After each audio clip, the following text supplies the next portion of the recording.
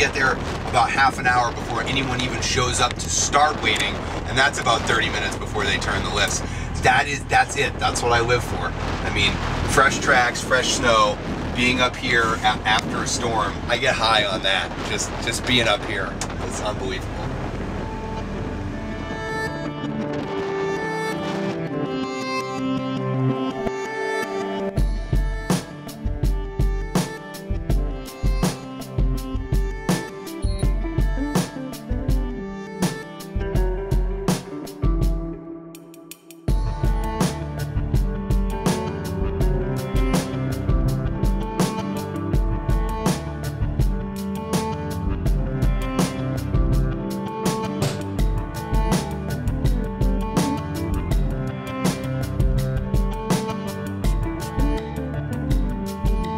In the industry of grooming, this is one of the toughest places in the world to do it. It's not just driving up and down a hill. There's more to think about.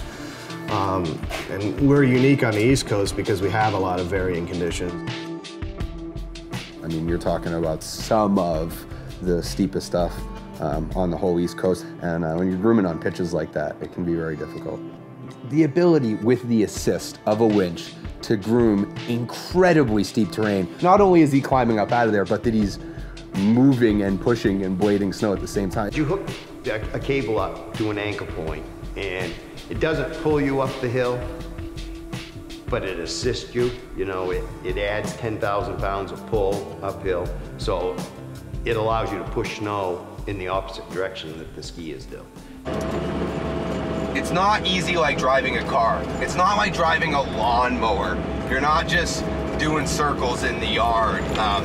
There are a million different things that you need to be focused on all the time.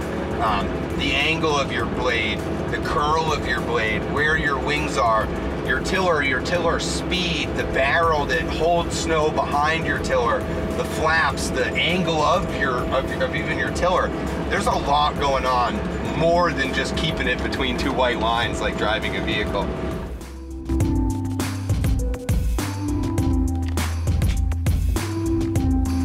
I mean, what if the cable breaks? You're going in the woods. I mean, when it's that steep, you're gonna hit something to stop you.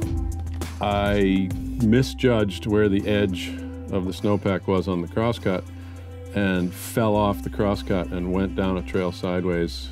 I went about 500 feet in 2 or 3 seconds. We used to have a demonstration machine. It was a lot bigger than these machines are. And I slid down one of the steep trails in it, and that was pretty scary in that machine. Being so large. It didn't matter whether I was going uphill or downhill, I was sliding, and I was in the middle of an uphill pass. And by the time I figured out what was going on, I was pointed back down the hill instead of up the hill and going towards the woods fast. I went off spillway crosscut down nitro backwards. Makes you think that you're not invincible.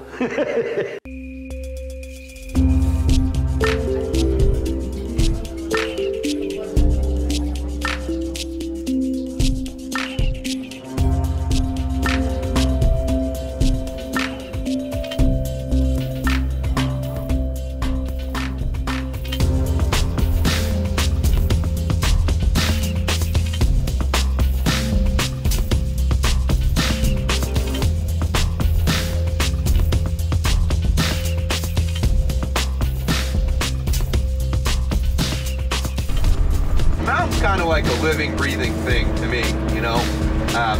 Every single night I'm out grooming, it's different. Every single day I'm out skiing, it's different. Just like a child, just like any living, breathing thing, it takes some nurturing, you know? It takes some love to kind of put things in its place, you know? If the cat is walking around on snow that's 32 degrees, you just end up compressing it too much. It's like a big squeegee going over it, and you'll force all of the snow together, and you're making ice. You know, you're making a glacier. So if it's above freezing, we don't groom. I was always told by one of the guys I learned from, you can always tell a good groomer on when the conditions are really bad. Is he still doing a good job grooming? And I still think that's probably one of the keys. Because anybody can get in a machine and make it nice when there's 4 inches of new snow.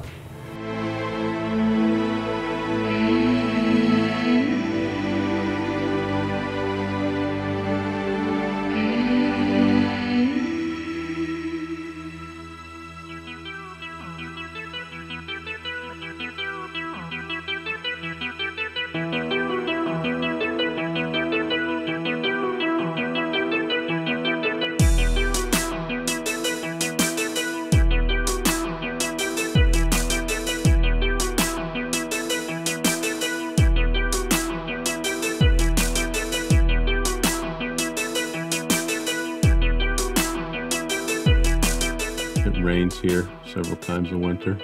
We just get it wicked good and it goes to hell. And then we start over, and after 2 or 3 days, it's really good again. We do the best we can to make it a good skiable product. You know, it may not always look like that, but sometimes conditions have a have a hand in that. But you're definitely trying to make it good for the skiers and safe. What it costs and what it takes to do what we do is pretty impressive. And there's a lot of money involved. There's a lot of manpower and time involved every night to get the product that we like to get out there. This life choice, I didn't necessarily know that this is what was going to be for me, but I'm hooked. I can't imagine doing anything else.